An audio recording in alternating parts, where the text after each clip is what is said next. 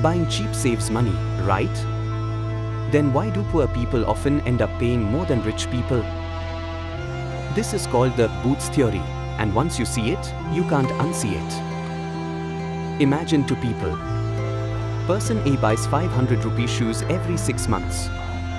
Person B buys 3000 rupee shoes that last 5 years. After 5 years, Person A spends 5000 rupees. Person B spends 3000 rupees. The cheaper option just became more expensive. This doesn't just happen with shoes. It happens everywhere.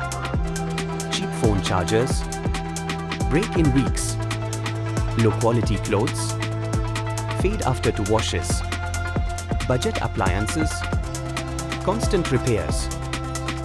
You don't pay once. You pay again and again and again. And here's the trap. Cheap feels affordable today, but expensive is cheaper over time. People don't buy cheap because it's better, they buy it because it's all they can afford right now. So the system quietly punishes you for being broke. The less money you have, the more you're forced into decisions that cost you more later. So next time you buy something, ask, am I paying less or just paying later?